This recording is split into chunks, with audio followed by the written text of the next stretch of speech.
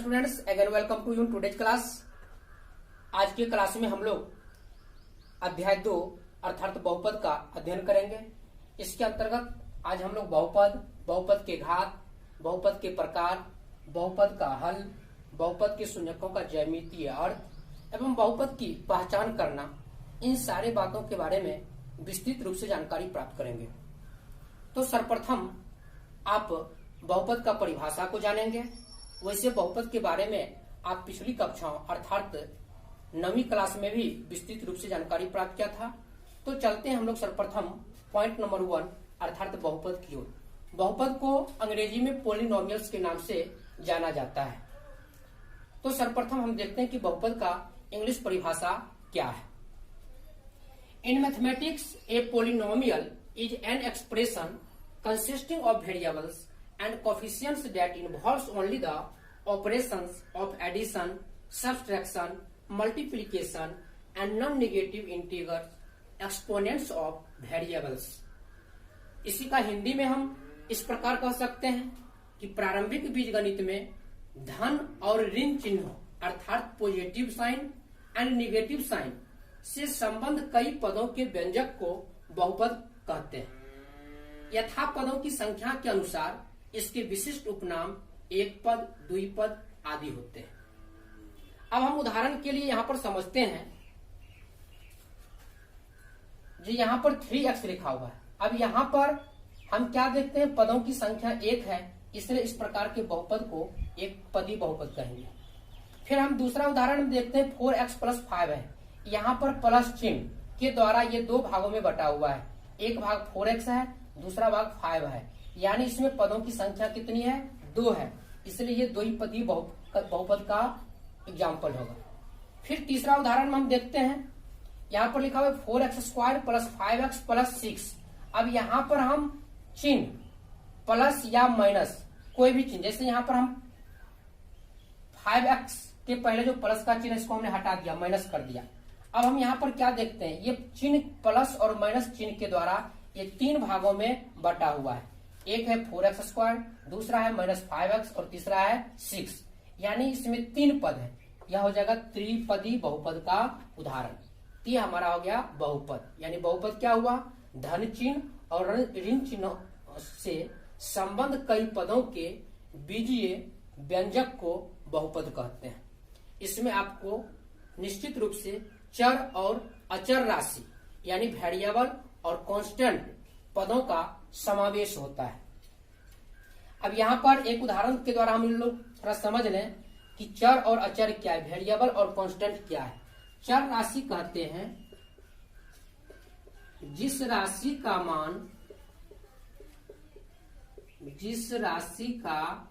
मान बदलता रहता है,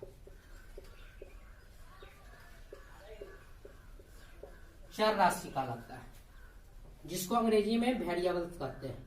और दूसरा होता है अचर राशि, जिस राशि का मान कभी नहीं बदलता है, वह राशि क्या कहलाएगा, अचर राशि कहलाएगा। एग्जाम्पल के लिए हमने लिख दिया x + 5। यहां पर x जो है चर राशि है और 5 जो है अचर राशि है। क्यों? क्योंकि आपको समीकरण के अनुसार x का मान बदलता रहेगा, लेकिन ये 5 का मान कभी नहीं बदलेगा। ऑलरेडी 5 का जो वैल्यू है वो 5 ही रहेगा।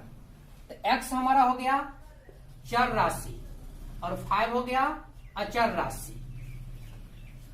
ये वह चर और अचर, यही चर राशि और अचर राशि को जब हम समावेश कर देते हैं तो उससे बना बीजीय व्यंजक बहुपद कहलाता है। अब हम लोग जानते हैं बहुपद के घात के बारे में कि बहुपद का घात क्या है।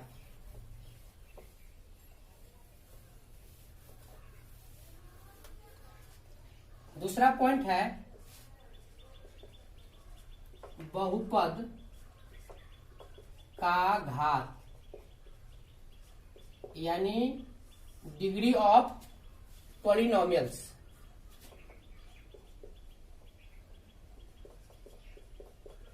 किसी बहुपद में चर राशि का अधिकतम घात यानी पावर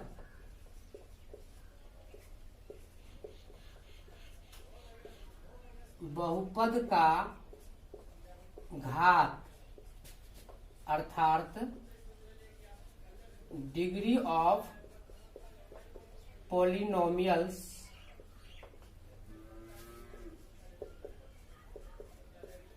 कहलाता है।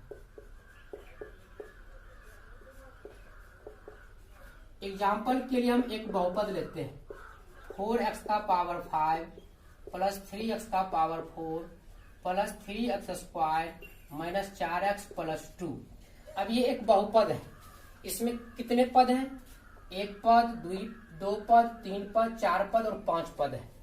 इस पांचों पद में हम देखते हैं कि सबसे अधिकतम घात कितना है। किसी बहुपद में चर राशि का अधिकतम घात, इसमें अब चर राशि देखिए क्या है, चर राशि x है।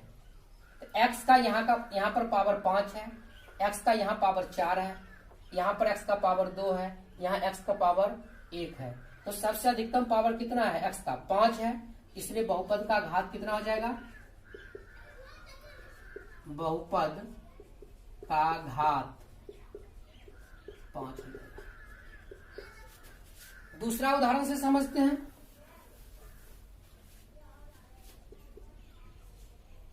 -4x का पावर 3 प्लस 2x का power 5 plus 3x square minus 3x का पावर 4 प्लस 2, ये भी एक बहुपद है।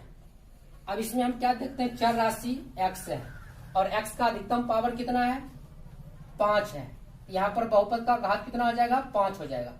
अगर हम इसी में से किसी का घात हम 6 कर दें तो अधिकतम घात कितना हो जाएगा? 6 हो जाएगा। तो बहुपद का घात कितना होगा? 6 हो जाएगा। यानी किसी बहुपद में चर राशि का जो अधिकतम घात होगा, तो चर राशि का अधिकतम घात यहाँ पर हम क्या देखते हैं? 6 है, इसलिए बहुपद का घात क्या होगा? बहुपद का घात इक्वल 6। तीसरा उदाहरण, अब जैसे 5 लिखा हुआ है, क्या यह एक बहुपद है? हाँ, ये भी बहुपद है। अब इसको हम चर और अचर के रूप में मिलाकर के कैसे लिखेंगे? तो 5 को हम लिख सकते हैं 5 गुने 1, यानी ये हो जाएगा 5x का पावर 0। क्यों? क्योंकि किसी भी संख्या का पावर 0 होता है तो उसका मान 1 होता है। अब यहाँ पर देखिए हो गया 5x टू दी पावर 0। चर राशि क्या है? x, इसका अधिकतम पावर क्या है? 0 है, यानी बहुपद का घात यहाँ पर क्या हो जाएगा? 0, अर्थात 0 हो जाएगा। बहुपद का घात इक्वल क्या हो जाएगा? 0। ये हुआ बहुपद का घात, यानी किसी भी बहुपद में चर राशि का अधिकतम पावर जो होता है वह बहुपद का घात अर्थात डिग्री ऑफ पॉलिनोमियल्स कहलाता है। अब तीसरा पॉइंट है बहुपद के प्रकार।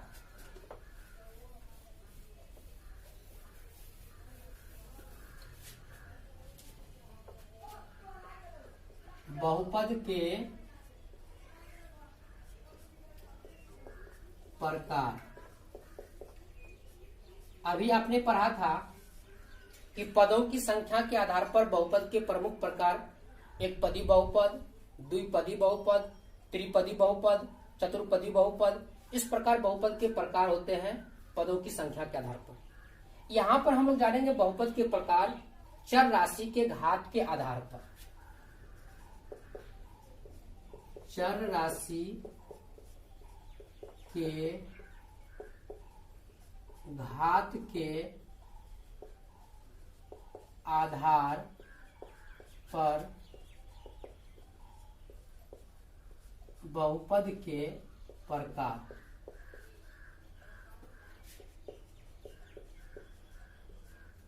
निम्न होते हैं। पहला है रैखिक बहुपद।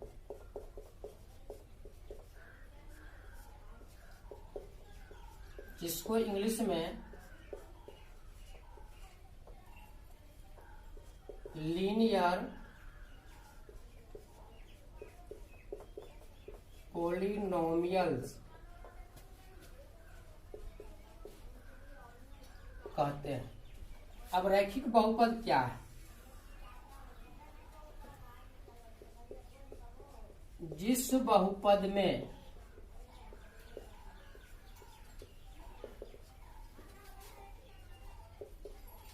चर राशि का अधिकतम घात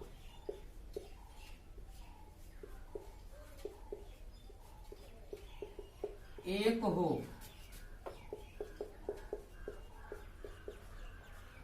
रैखिक बहुपद कहलाता है। इसका व्यापक रूप ax प्लस b होता है। रैखिक बहुपद का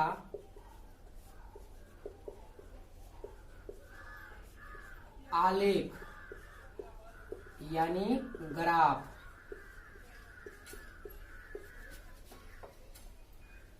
एक सरल रेखा होता है। अब एग्जाम्पल के द्वारा हम लोग रैखिक बहुपद को समझते हैं। जिस बहुपद में चर राशि का अधिकतम घात एक होगा वह रैखिक बहुपद कहलाता है और इसका व्यापक रूप क्या होता है? ax plus b। अब इस आधार पर, इस फॉर्मेट पर जो भी समीकरण होगा वह रैखिक बहुपद का उदाहरण होगा। फॉर एग्जाम्पल के लिए 4x प्लस 5 लिखा हुआ है, ये किसका उदाहरण है? रैखिक बहुपद का उदाहरण है। क्यों? क्योंकि चर राशि x का अधिकतम घात क्या है? 1 है। 3y प्लस 6, यहाँ पर चर राशि क्या है? y है। y का अधिकतम घात कितना है? 1 है। ये रैखिक बहुपद का उदाहरण हो गया। x माइनस 2, यहाँ पर चर राशि क्या है? x है। x का अधिकतम घात क्या है? 1 है। ये सब रैखिक बहुपद का उदाहरण है। दूसरा है द्विघात बहुपद।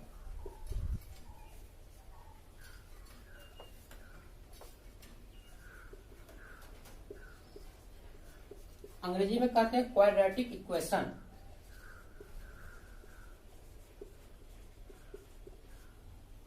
Quadratic polynomials.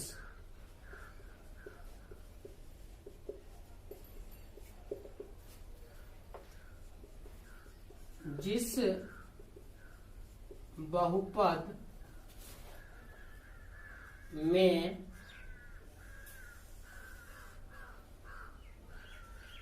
चर राशि का अधिकतम घात यानी पावर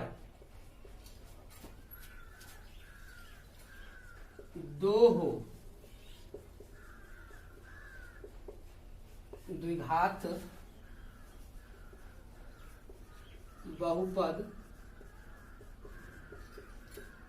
कहलाता है। इसका व्यापक रूप ax² plus bx plus c होता है और इसका आलेख क्या होगा? इसका आलेख जो होता है परवलय होता है।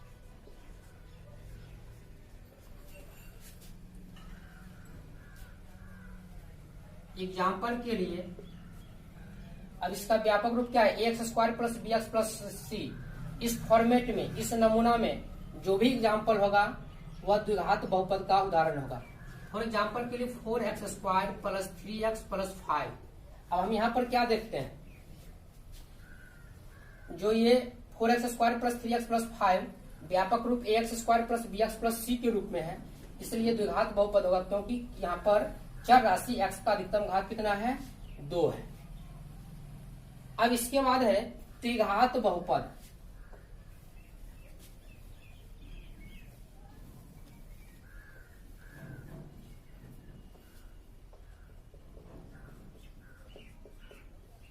त्रिघात बहुपद अंग्रेजी में कहते हैं क्यूबिक पॉलिनोमियल।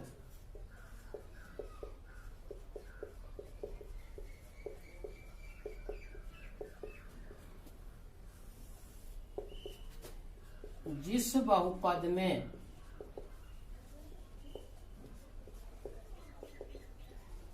चर राशि का अधिकतम घात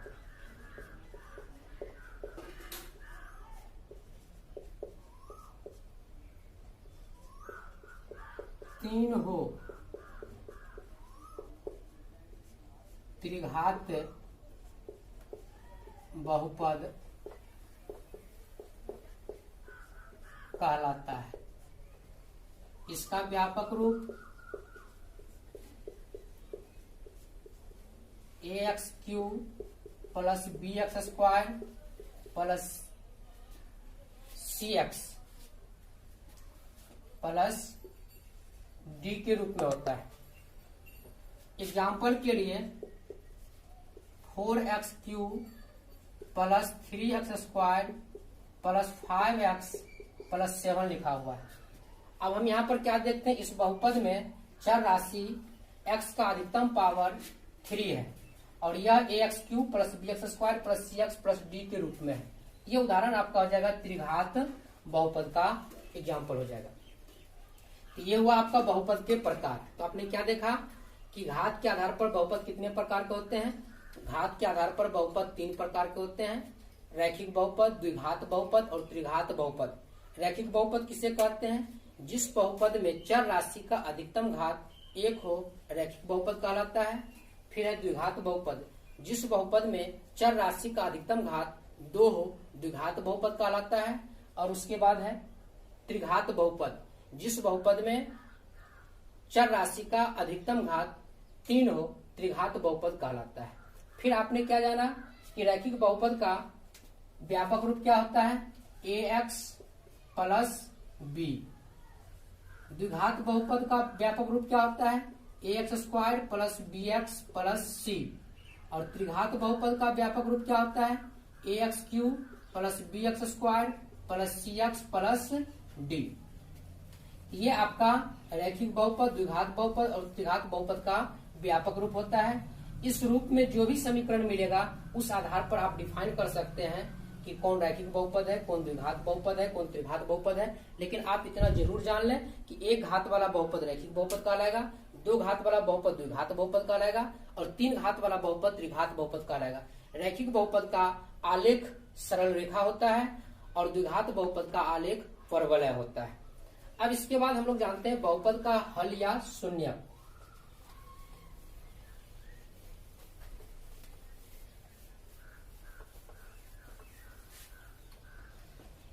पॉइंट नंबर 4 है बहुपद का हल या शून्यक।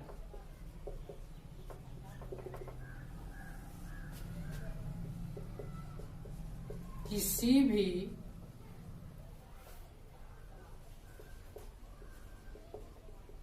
बहुपद में चर राशि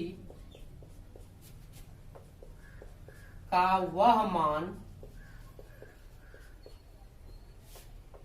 किसी भी बहुपद में चर राशि का वह मान जिसे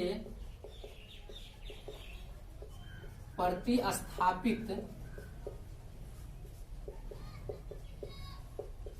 करने पर उस बहुपद का मान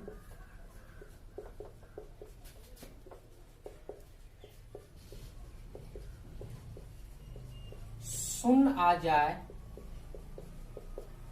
किसी भी बहुपद में चर राशि का वह मान जिसे प्रतिस्थापित करने पर उस बहुपद का मान शून्य आ जाए, बहुपद का हल या शून्यक कहलाता है। एग्जाम्पल के लिए हम एक बहुपद लेते हैं 3x + 15। अब हम यहां पर देखते हैं कि इस बहुपद का हल यानी शून्यक क्या होगा। तो इस बहुपद में चर राशि क्या है, x है। अब यहां पर हम x का क्या मान देंगे कि इस बहुपद का मान जो है वह शून्य हो जाए। अब हम यहां पर देखते हैं 3x + 15 है, यहां पर +15 है, इसका मतलब है इधर अगर -15 आ जाए तो इस बहुपद का मान शून्य हो जाएगा। तो हम x का मान क्या रखेंगे तो यहाँ पर -15 हो जाएगा।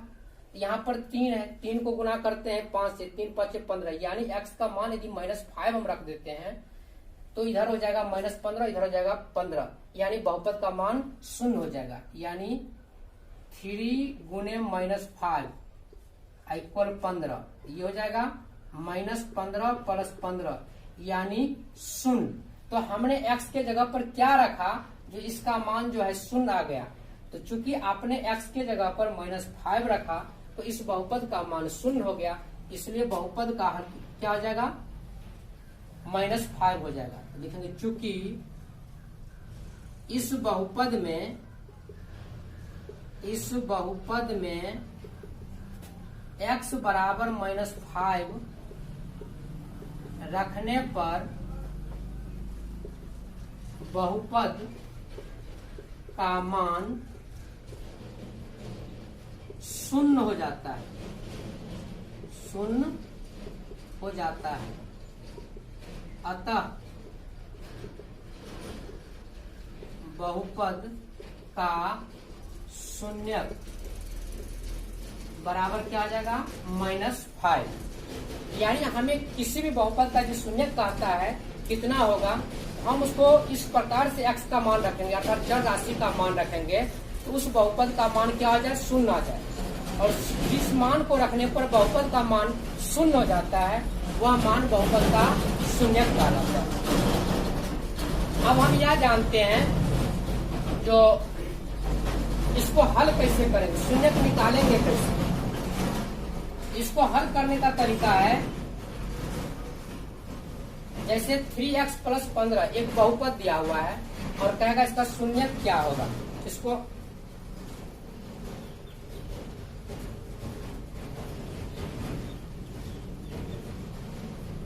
हल करने का तरीका, एग्जाम्पल लेते हैं। बहुपद 4x - 20 का शून्यक निकालें। अब वैसे भी यहाँ पर देखिए -20 है, x का मान क्या रखेंगे तो ये +20 यानी इसका मान 0 हो जाए तो 5 रख देंगे, 4 × 5 = 20, 20 में से 20 गया 0, यानी इस बहुपद का मान क्या हो जाएगा, बहुपद का शून्यक क्या हो जाएगा, 5 हो जाएगा। इसको हल कैसे करेंगे,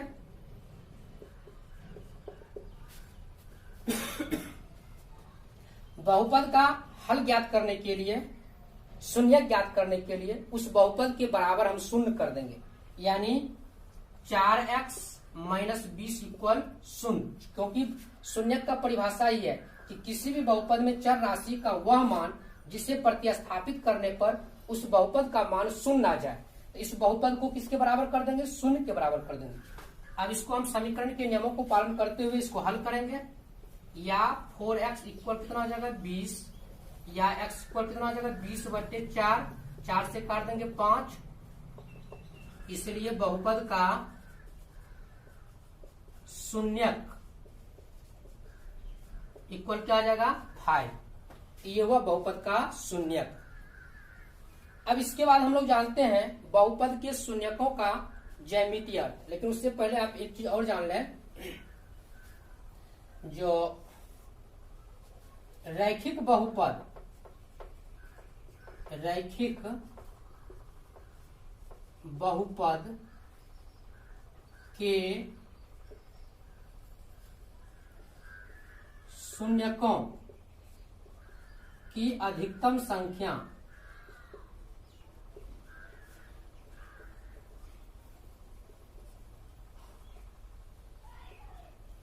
एक होती है। द्विघात बहुपदों के शून्यकों की अधिकतम संख्या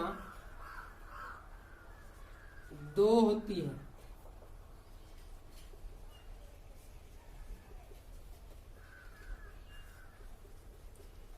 त्रिघात बहुपदों की शून्यकों की संख्या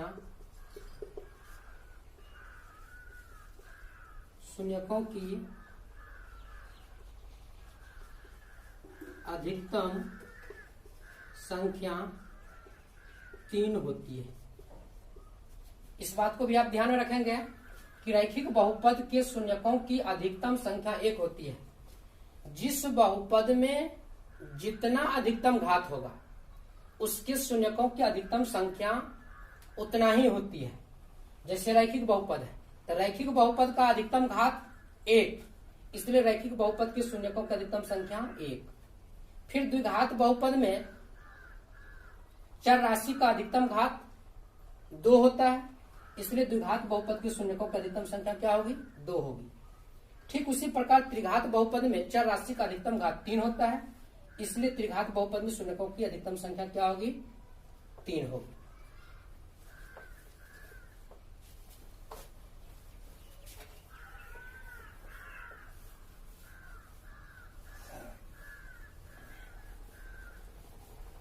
इसको भी मैं लिख ही देता हूं।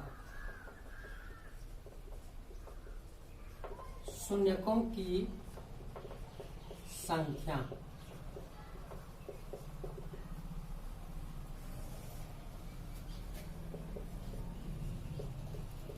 किसी भी बहुपद में चर राशि की अधिकतम घात, किसी भी बहुपद में चर राशि की अधिकतम घात उसके शून्यकों की अधिकतम संख्या निरूपित करती है। इसको आप ऐसे समझें, ये हो गया बहुपद चर राशि का अधिकतम घात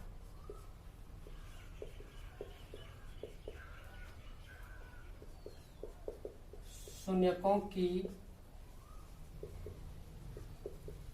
अधिकतम संख्या।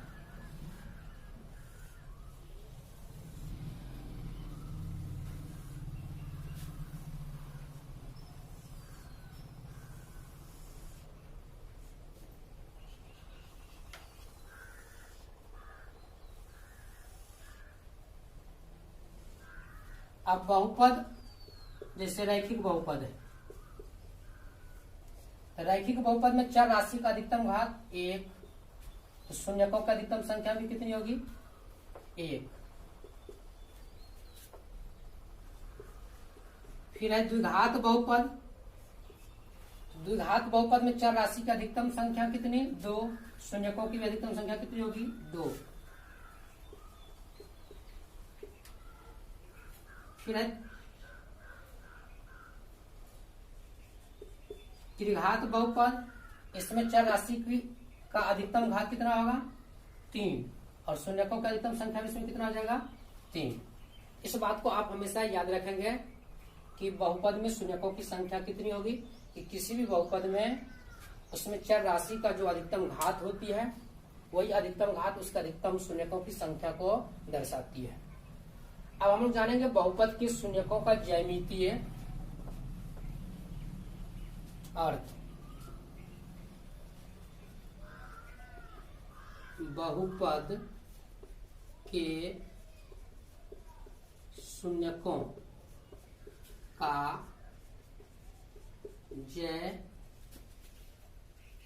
ज्यामितीय अर्थ।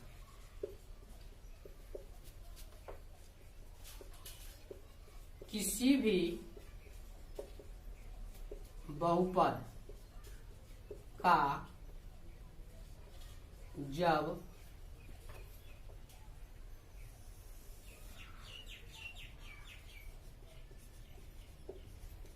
आलेख खींचा जाता है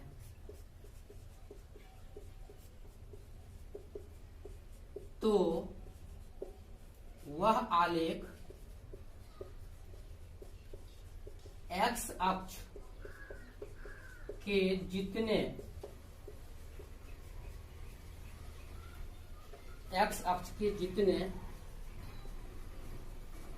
बिंदु पर प्रतिच्छेद करता है उसके शून्यकों की संख्या उतनी ही होती है। यानी बहुपद के शून्यकों का ज्यामितीय अर्थ क्या है कि किसी भी बहुपद का जब आलेख खींचा जाता है तो वह आलेख एक्स अक्ष के जितने बिंदु पर प्रतिच्छेद करता है उसके शून्यकों की संख्या भी उतना ही होती है।